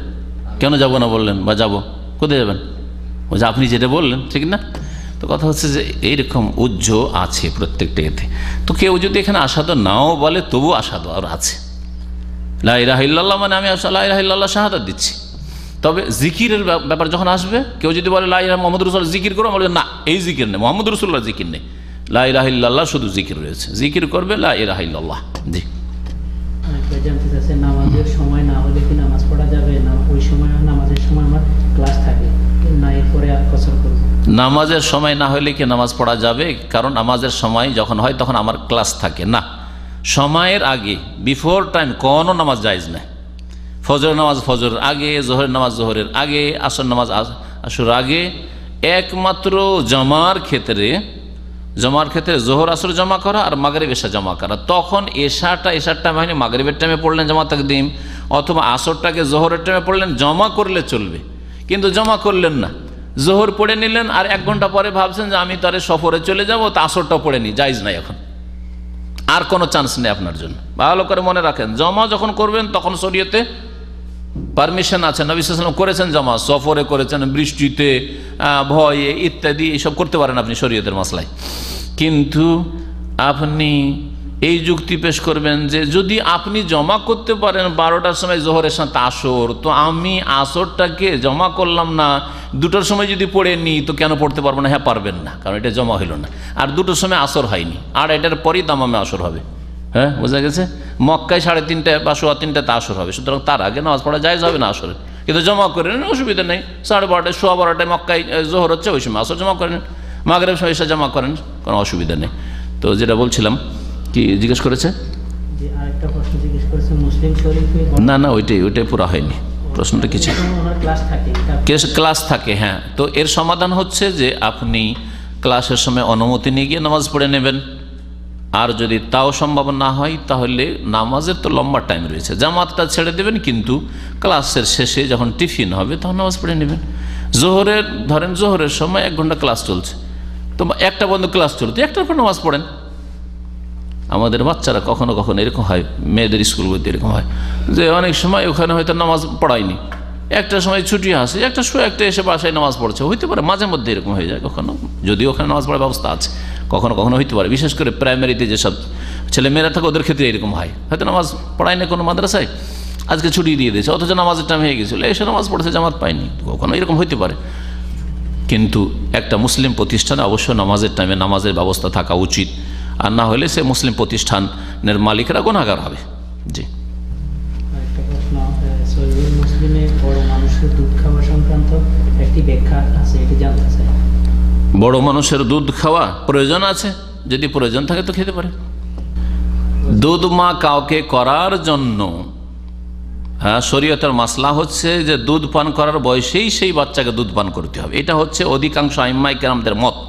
কিন্তু সালেম মাওলা হুযায়ফা ওকে লালন পালন করছিলেন কোন এক সাহাবী, যখন একটু বড় হইতে লাগলো, এই তো সমস্যায় পড়ে গেল, আমি ছেলে বড় হয়ে যাবে, এটাকে কেমন করে লালন পালন করবো, আমার স্ত্রীর সামনে কি করে আসবে। রাসূলুল্লাহ সাল্লাল্লাহু আলাইহি ওয়াসাল্লামের কাছে অভিযোগ করেন, ইয়া রাসূলুল্লাহ, এই তো আমাদের কোনো ছেলে সন্তান নাই বা ছেলে নাই, তো এই ছেলেটাকে তো রেখেছি, তো বড় হইতে যাচ্ছে, তো বড় হলে তো বাড়িতে রাখা যাবে না, আর আজকালকার মতো বিহায়া বেপরদা হলে তো কোনো ব্যাপার না, ও নিজের ছেলের মতো, কিন্তু আসলে তো নিজের ছেলের মতো হয় না। তখন নবী সাল্লাল্লাহু আলাইহি ওয়াসাল্লাম বলে যে তোমার বিবিকে বলো যে ওকে দুধ পান করিয়ে দিক। অথচ ছেলেটা তখন প্রায় সাবালক হতে চলেছিল, সাবালক হতে চলেছে মানে 14-15 হয়তো হয়ে গেছে। নবী সাল্লাল্লাহু আলাইহি ওয়াসাল্লাম দুধ পান করাইতে বললেন, ইয়া রাসূলুল্লাহ, ছেলে বড় হয়ে গেছে, বলছে তো দুধ পান করিয়ে দাও, দুধ পান করিয়েতেছে। এখন এই মাসলা শুধু এই সালেমের সাথেই খাস আর এই ঘটনার সাথেই, নাকি প্রয়োজনের তাগিদে আর কারো জন্য চলবে? জুমহুর অধিকাংশ আইম্মায়ে কেরাম সবাই বলছেন না, কারো জন্য চলবে না, এটা এই খাস ঘটনা। একমাত্র ইমাম ইবনে তাইমিয়া রাহমাতুল্লাহ আলাইহি বলছেন যে বিশেষ যদি কারো এইরকম সিচুয়েশন তৈরি হয়ে যায়, হ্যাঁ, অবস্থা নিরুপায়, আমাকে একটা ছেলেকে রাখতে হবে, আর ছেলেটা এইরকম বড় হয়ে গেছে, আর এই ছেলের মতো ভালো ছেলে পাবো না, ছোট ছেলে 2 বছরের পান করে এত ভালো ছেলে পাবো না, তো দুধ পান করে দিতে পারে। কিন্তু আজকাল যেহেতু ফিতনার যুগ, তো এইগুলো রাস্তা খোলা সবার জন্য, এগুলো খাস ফতোয়া যদি প্রয়োজন হয় কারো, তাহলে। আর এই আমভাবে ফতোয়া দিলে দুধ পান করার নামে আরো কিছু হইতে পারে, হ্যাঁ, এসব ফিতনাতে আল্লাহ হেফাজত করেন। আর না হলে অধিকাংশ আইম্মায়ে কেরাম, হানাফি, শাফি, মালিকি, হাম্বলি সমস্ত ওলামার ফতোয়া যেটা খাস খাস ঘটনা, ওই সালেমের সাথে খাস। জি, এখানে একটা বুঝার বিষয়, সেটা হলো এই সাবালক ছেলেকে স্তন থেকে দুধ খাওয়াতে হবে নাকি দুধ নিয়ে খাওয়াই দিলেই চলবে? এগুলো হানাফিদের তাবিল। হানাফিরা বলছে এই ঘটনায়, হানাফিরা এই হাদিস, হ্যাঁ হ্যাঁ, তা তো আসবে, ভালো করেছেন জিজ্ঞাসা, মজার কথা বের, আমি এতগুলো কথা বের করতে চাইছিলাম না, কিন্তু টেনে টেনে বের করেই দিলাম। তো হানাফিরা এই হাদিসের ভাষ্যতে লিখছে যে সালেমের বিবি দুধটাকে দুহে, হ্যাঁ, দহন করে তারপরে তখন ওই বাচ্চাকে পান করেছে। আবার এই কথাটা কোথায় আছে? কোনো হাদিসও নেই। যখন আসল নীরব তখন নীরব, যেমনভাবে সাধারণ পান করে সেভাবে পান করেছে, ছোট থেকে ছেলেটাকে মানুষ করেছে, বাড়িতে মানুষ এখন সাবালক হয়ে যাচ্ছে, পান করিয়ে দিয়েছে হয়তো, সুবিধা নাই। ফিতনা, হ্যাঁ, আর সেটা নির্জনে হবে না, তার স্বামীর সামনে অথবা সবার সামনে, বুঝতে পারছেন, যে নির্জনে পান করতে গিয়ে কিতে কি হয়।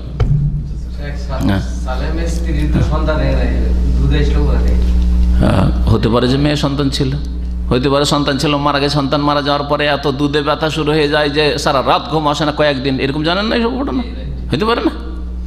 জি হ্যাঁ, দুধ দুয়ে ফেলতে হয়, যার বাচ্চা, ছোট বাচ্চা, 2 মাস, 1 মাস, 3 মাসের বাচ্চা মারা গেছে, আল্লাহ চিৎকার করে কান্না করে, এরকম ঘটনা আমরা দেখেছি বা শুনেছি। জি হ্যাঁ, গ্রামেগঞ্জ যেসব নামাজগুলোতে জোরে তেলাওয়াত, হ্যাঁ, তখন মহিলারা কি বাড়িতে একা একা পড়লে সেসব নামাজে জোরে তেলাওয়াত? যেসব নামাজ জেহরি নামাজ, জোরে তেলাওয়াত, উচ্চস্বরের নামাজ, সেই নামাজগুলি মহিলারা বাড়িতে পড়লে জোরে পড়বে, হ্যাঁ জোরে পড়বে, অপর পুরুষকে শোনাইবে না, নিজেকে শোনাবে, আশেপাশের লোক, স্বামী, বাচ্চারা শোনো, কোনো অসুবিধা নেই। সেই বাড়িতে দেবর ভাসুর যদি থাকে বা কেউ যদি দুলাভাই থাকে তাদের শোনাবে না, কিন্তু গैर মাহরামকে কিন্তু মাহরাম পুরুষরা শুনলে অসুবিধা নেই। আমার মেয়েরা, তারপরে আমার ওয়াইফ নামাজ পড়ে, তাদের উচ্চস্বরে তেলাওয়াত করাই, তো জোরে তেলাওয়াত করো, আমি হয়তো নামাজ পড়ে চলে এসেছি, ওরা জামাত শুরু করেছে, উচ্চস্বরে তেলাওয়াত করে আমি একটু শুনে দেখলাম বাচ্চাদের তেলাওয়াত কেমন হয়, একটু মেয়েদের। عطاك الله الكثير ما يضر في يوم يختبر